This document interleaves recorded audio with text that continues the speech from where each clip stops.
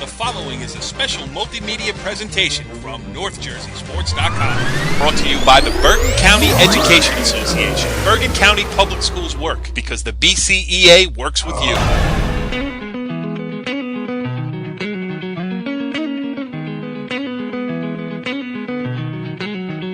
We are in the circle, NorthJerseySports.com's original multimedia series talking all things North Jersey softball.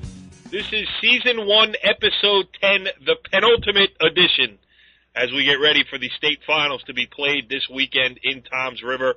I am Corey Doviak, being joined by my co-host, Ramapo assistant coach Mark Aug. What's up, Augie? Same as usual, Corey. Just looking forward to the end. Yeah. You know what? That's classic, because you've been on the show exactly one season. This is your 10th show, and you feel like the rest of the staff at NorthJerseySports.com, where you were dragging a 50-pound lead ball all over the place until you finally hit the turnpike on the way home from Toms River, which, you know, it can't come soon enough for me either. And, Augie, you know, we did reach out for a couple of guests this week. We couldn't make it work. Just timing-wise and everything else, you know, people are preparing for state tournaments. You got proms all over the place. So we'll pull the old switcheroo, and we'll introduce the next guy as the guest this week, one of North Jersey's preeminent softball journalists. He is NorthJerseySports.com softball insider Richie Ballgame Barton. How about that, Richie B? I think it's pretty good. I mean, I'm surprised you said so many nice things about me. I'm waiting for the other shoe to drop here. Well, it's coming later in the show, but prominent journalist, I thought, you know, was which, you know, when I'm sure you feel the same way. When you see Richie B pulling up to a game, you think prominent journalist, correct? Oh my God, what a top in the game! Definitely on the top in North Jersey sports. Well, stay tuned for Barton's Best, where this year, Augie, I think I'm going to make a push. You know, for the past 10 years that we've been handing out the awards, I've come in second place in Best Journalist at NorthJerseySports.com. I'm the Susan Lucci of the Barton's Best Awards, but I think this is my year. What do you think, Richie? I don't know. You got to tune in and see. All right, a real cliffhanger there. All right, let's talk some softball here. And before we get into the state finals, we have 3.5 teams with local interest left, as Augie has brought Morris County into play. So we will talk a little Butler.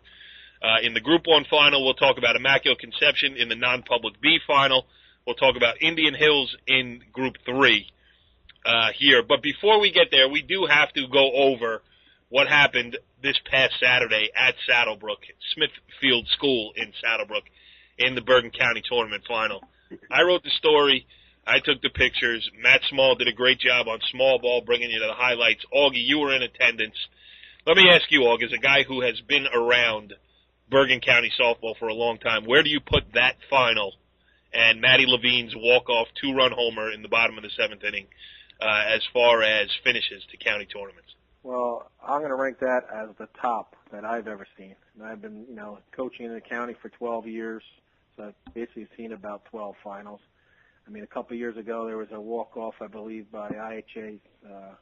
Christina Miguel. Yeah, Miguel hit it to me. But honestly, the circumstances surround this game, number 1 and number 2 in the state, both undefeated. I mean, what a finish. It was crazy. How about you, Richie B? You covered that IHA Pascack Valley game. I left when the Lightning came. I was with my family. I remember walking out there. I'm like, this one's over. Pascack Valley's up 2. And then you texted me about an hour later. I don't know, did we have texts back then? I guess we did. Yeah, saying, I think that was the beginning of the text era for us, and what an era it's been. Right. Where do you put that? I mean, and let's not forget, too, here's another interesting, here's a Corey fun fact for this week's show. I've been in touch with Jenna Corrado, who was the former catcher at Paramus Catholic, and she hit a game-winning home run in 2004, Richie B. I went back to the archives. You covered that one. So you covered 2 walk-off games. I covered this past one. How do you see the Indian Hills IHA? Where does that rank in the pantheon? I hate agreeing with Augie pretty much on anything outside of, like, food. But we both love barbecue. But anyway, that notwithstanding, no, it's got to be number 1. You got the 2 teams both coming in undefeated, both coming, number 1 and 2 in the state.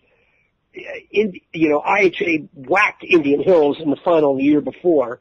Right. I mean, the IHA Pascack Valley as a game, I mean, it had a ton of suspense because of the delay in that game. Right. As you got IHA, who was the best team around, and the delay kind of added to the suspense, and then you get a walk-off homer at Randolph College, and it was a great team. But I mean, you can't beat 1 versus 2 when both teams are undefeated, and the one team dominated the other team a year ago in the same round. So, I mean, you're talking about maybe the best softball game in the history of New Jersey. It's hard to say that you're overstating it. I mean, with everything that was at stake and the reputations of the two programs, I mean, it just shows you how crazy things got. Richie B, the last time I saw Augie, he had his arm around Joe Light after the win. I saw a picture on Twitter. They're standing there smiling. They were thick as thieves. Augie, how do you explain that? Well, all I know is I got some nice texts after that. I can't mention what they said, but hey, I'm happy for Joe. But honestly, he protected Rampo's record. We still share a three-peat with IHA. No team's ever won it 4 times, and also protected our pitcher Brittany Bianco remains tied with Steph Thomas of winning 3 titles. Yeah, so you're right.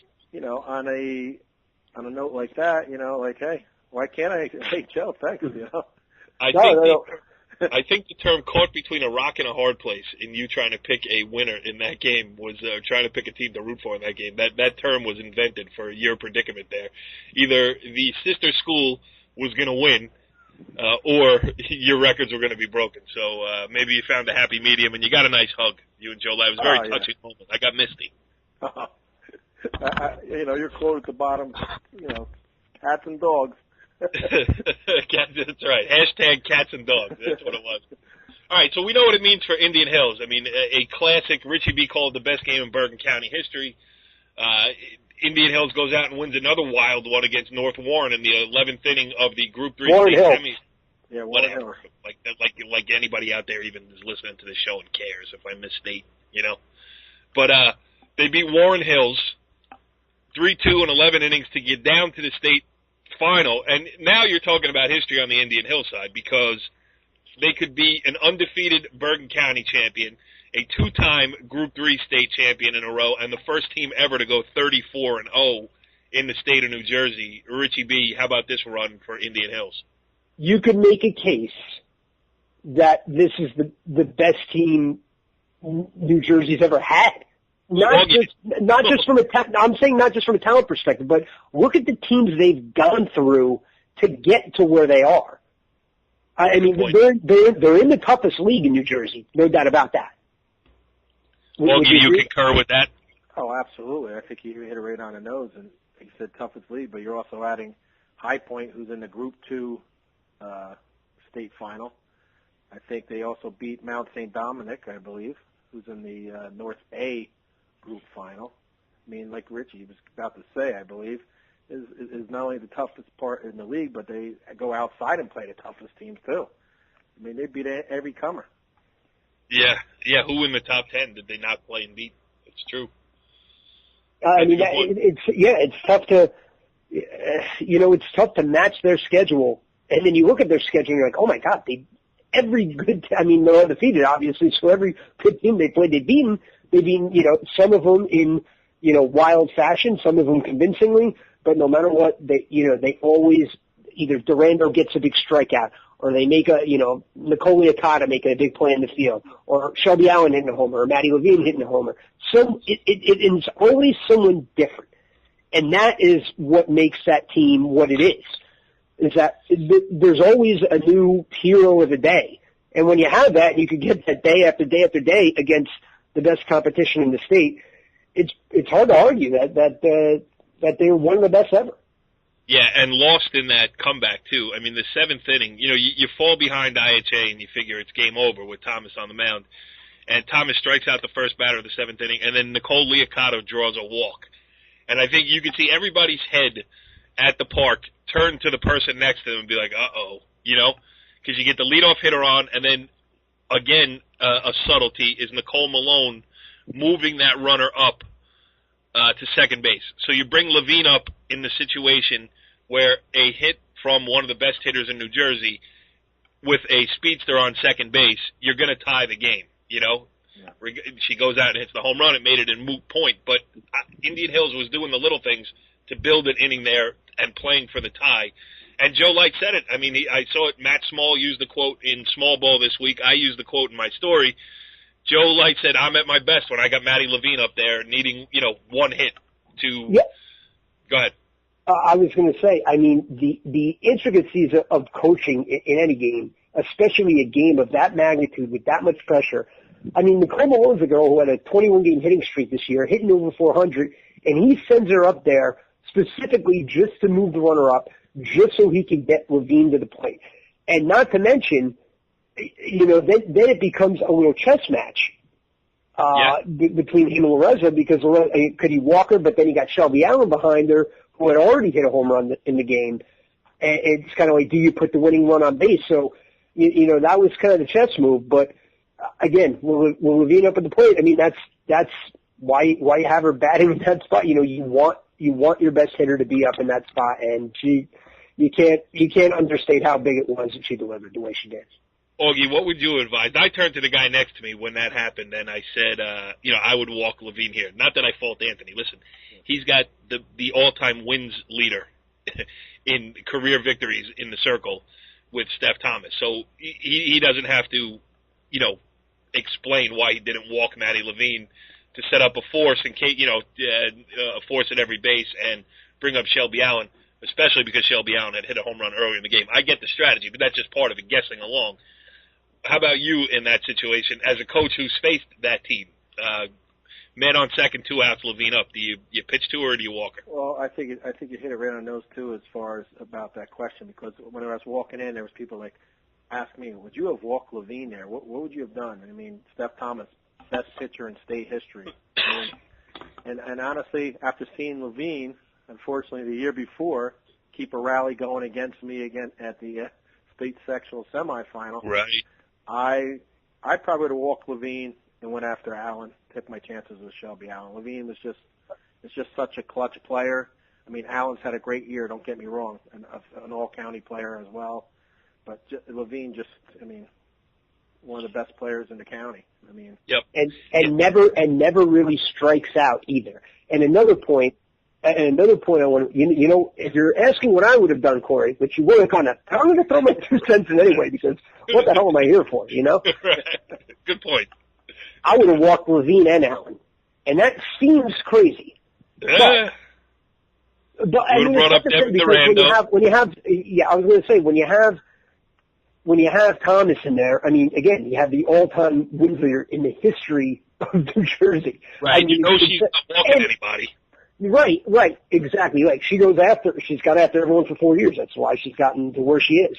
17 right, and if you walk those 2 batters, it's kind of like, what kind of message are we sending? But the reason I would have walked Levine is that they were playing at Saddlebrook, where the gaps are short, fences, I don't know exactly what the distances are, but they seem real short. Levine's not scoring from first on the double. True.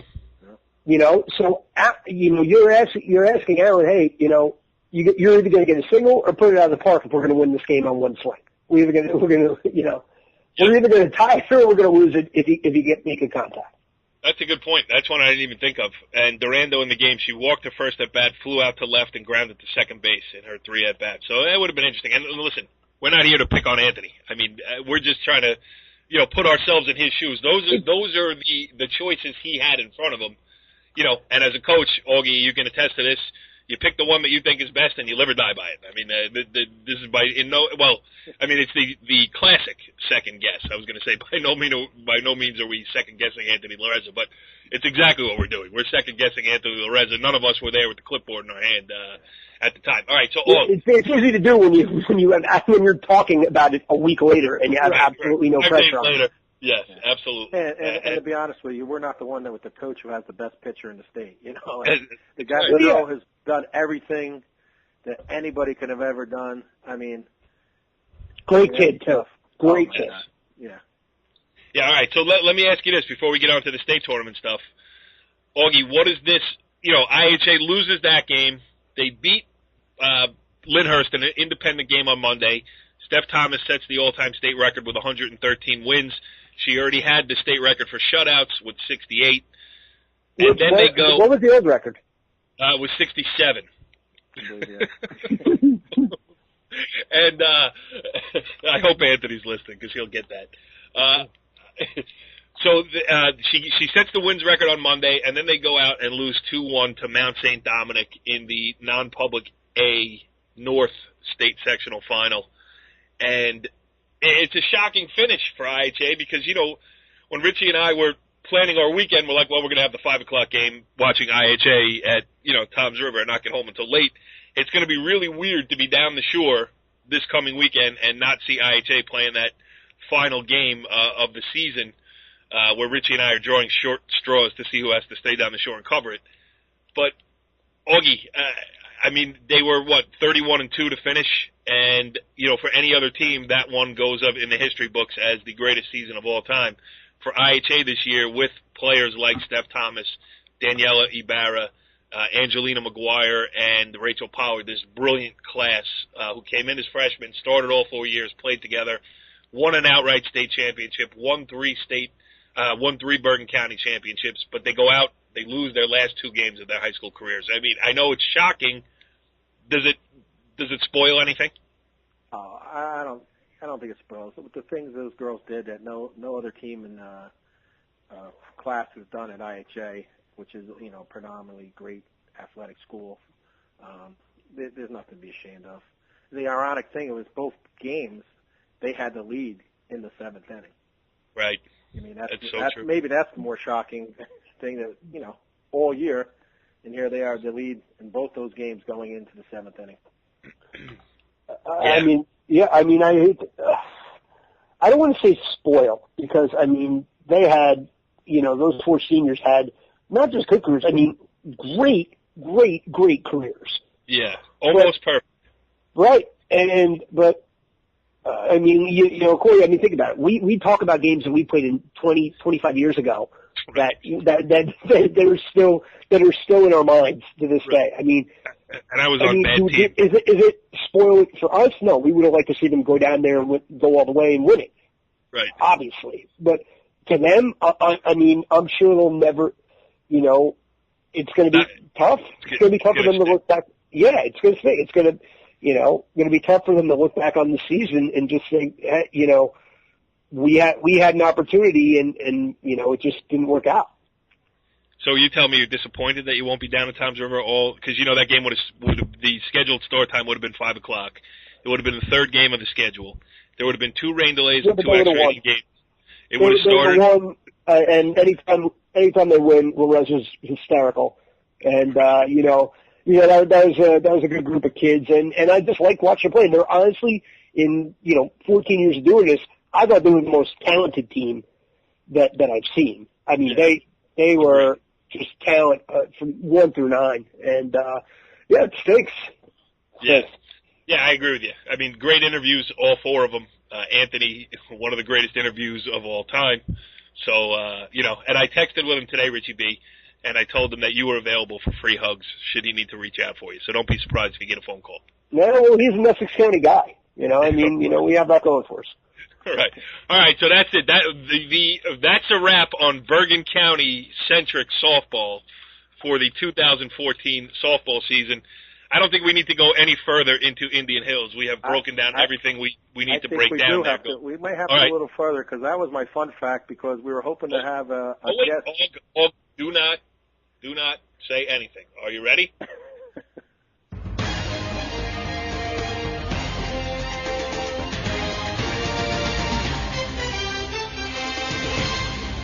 Augie's fun fact. Hit him, Aug.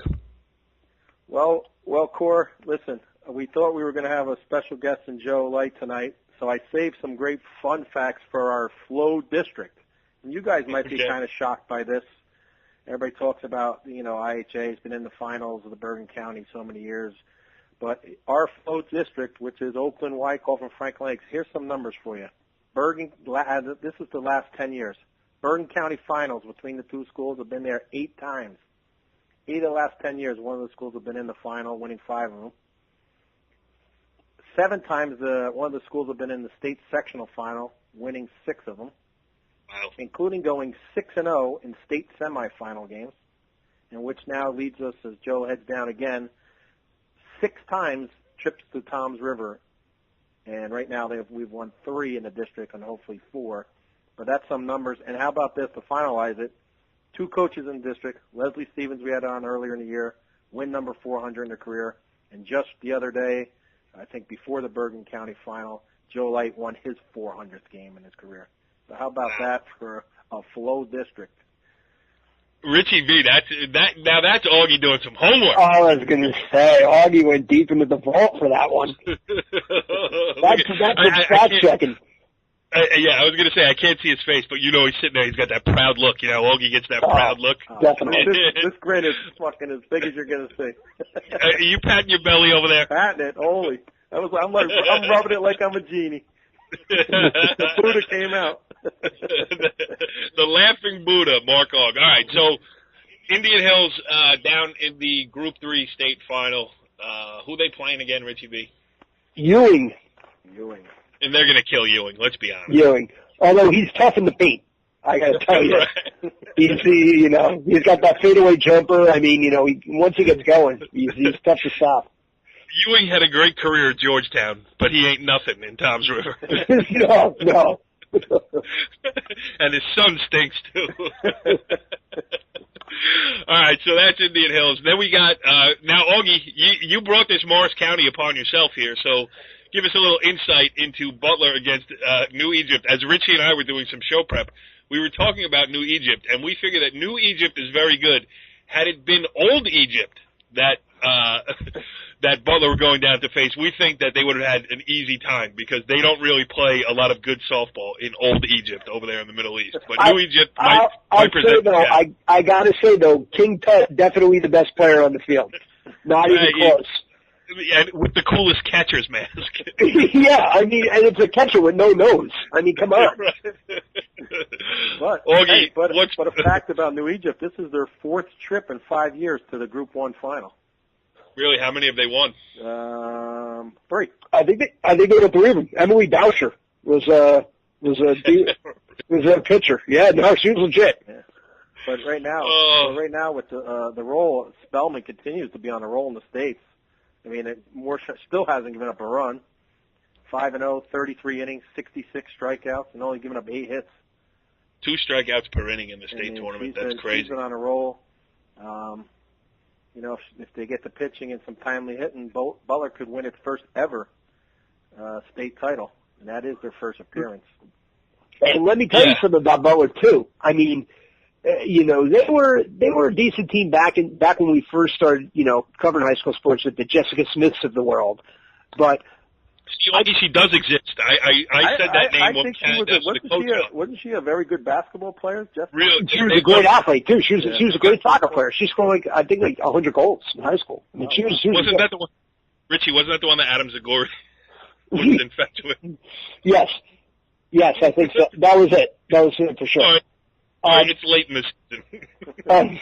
What was I going to say? But in recent years, before last year, I mean, they were a bad team. I mean, they were a team that was winning, 3, 4, 5 games a year for a bunch of years. So, and most of this team, they're sophomores and juniors. Yeah, they're gonna be here a couple more years. So, yeah. All right, so that's the Butler preview. Jessica Smith and Adam Zagori getting a shout out. The other team we have going to the finals is in non-public B. Second straight year that Immaculate Conception of Lodi will be headed down that way. They won it last year. Richie B, you saw them in the section final against Eastern Christian. A lopsided affair, as expected. Listen, Eastern Christian, great job by them to get to a section final. But Immaculate Conception, is the defending champion and played like it. Yeah. I mean, they were clearly the class of the section. Again, Eastern Christian made a nice little run late in the year, got better as the year went on. And, it was one of those things where if you can hang in the game, maybe, you get a crazy bounce, something can happen. Bottom of the first, Gabby Slade, first batter, boom, home run to dead center. And it was, the air was out of the balloon for the Eagles. And IC just fed off of that. And, never really had any nervousness because, the game was never really close, to be honest with you. But, yeah. Augie, is your buddy listening to the show, Augie? I don't know. I'll ask him tomorrow. Augie works with his an assistant coach at Eastern Christian. What's his name, Augie? Give him a shout out for a great season for the Eagles. Paul Cusack. I call him Paulie Walnuts. Yeah. I will say this though. I saw Eastern Christian earlier they didn't play well either, to boot. They had I think 4 or 5 errors. They you can't give a team like Immaculate Conception extra outs. Eastern Christian is, I would have liked to see them, give a better showing, but again, Immaculate Conception got a couple of extra outs, took advantage of them, and they're another team that 1 through 9. They can hit, and when you have Sarah Pining in the circle, you give her a lead, and it's pretty much been lights out. It's been like that for the last 2 years. Old Japan's own Sarah Pining. Correct. Why do you got to throw Old Japan? Why do you got to mention Old Japan in every podcast? Why is that? Oh. Because Matt Stone might be listening, and he hates that one. He hates when I do that. Yeah, right. I'll say Gabby Slade's one of the better players in North Jersey too. Woof. She rips the ball. Her and Andy Lupica are and Lupica is going to be around for a couple more years too. That's going to be an interesting team, not only in the state final, but moving forward for the next couple of years. Well, what's going to be interesting is to see where Immaculate Conception lands in the updated Grade 8 rankings here on NorthJerseySports.com as we move along now to that major section of our show here. And, Augie, do you want some music and some sound effects, or do you want to play it straight this week? How do you feel? This is the next to last final rankings of the season. I think I like music. Let's go. All right. Let's go with something in there. Let's go. Number 8. This season's finished, but number 8 is the Saddlebrook Falcons, led by Coach Darren White. You're just saying that because he heard you pick Butler in the second final. I never made any predictions. Let's get that straight on the air. All right, number 7. The Passaic County champion, the Paul Spartans, led by Ashley LaGuardia. The Passaic County entry into the final Grade 8 rankings. And Augie, number 6 is, the Ridgewood Maroons, led by Nicole Park. All right. How about number 5 on the list? The Northern Highlanders, led by Mike. Northern Highlanders. Northern Highlands. Mr. Malibu. The Highlanders. Yeah. Led by my Coach of the Year pick, Chris Broken. Don't give that away. Oh, I don't care. We should mention for next week. We're going to do our how about this? What am I nominating for Coach of the Year? Augie's are you nominating yourself for Coach of the Year? No, but we were talking earlier about 3-star athletes. There's not too many 3-sport athletes, and I'm like, I want to nominate myself. Blowing leaves in the fall, snow plowing in the winter, and cutting grass in the spring. I'm trying to go for the grounds guy of the year. No. You definitely, you've got all three of them. All three of them done top. All right, let's move on to number 4. Oh, that's a good one. That's the Butler Bulldogs. 27-3, playing for their first ever Group 1 state championship. The way you love Butler, I should have given you one of these. Was that Hacksaw Jim Duggan you just pulled out of the hat? No, that was that's man. I wish I had a Hacksaw Jim Duggan. Wasn't he from Glens Falls, New York? Is that what this? Yes, number 3. Hold on. That's the led by IC, Immaculate Conception. They're number 3. They're playing for the North B championship this weekend. Absolutely. All right. And number 2 on the list here. The IHA Blue Eagles.